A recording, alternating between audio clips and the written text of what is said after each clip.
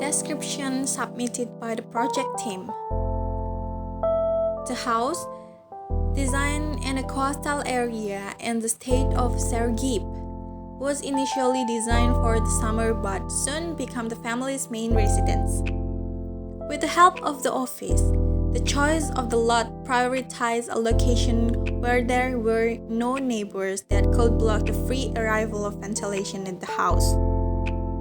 A prerequisite of paramount importance for effective thermal comfort in this region of the country. Its implementation was divided in two blocks, a main pavilion that encompasses almost the entire program of the house and another block linked to the first one, configured by a polygonal slab that houses the gourmet area, service area, and garage. The main block has two functional internal volumes, like shelters within a shelter, both of an intimate nature, separate from each other by the social program of the house, comprising the integrated kitchen, dining, and living room. This block was protected by a large gabled ceramic roof, which provides ample ceiling height for social uses.